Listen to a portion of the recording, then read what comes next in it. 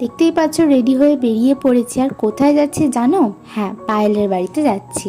পায়েলের maternity fest চলছে, আর এদিকে আমি আর অঙ্কিতা টোটো তো পেয়ে গেছি, আমরা গিয়ে পৌঁছেও গেছি। বাট ওয়েট করছি অনিন্দিতার জন্য, আর ও এসে গেছে।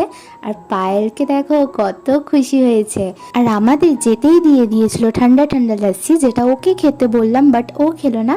আর আমরা একটা ছোট্ট সেলিব্রেশন করেছি ওর এই নতুন জার্নিটার জন্য। তো সেটা দেখতে হলে লং ভিডিওতে দেখে নিতে পারো, অলরেডি আপলোডেড। আর এদিকে আমরা কেক কাটিংও করে নিলাম।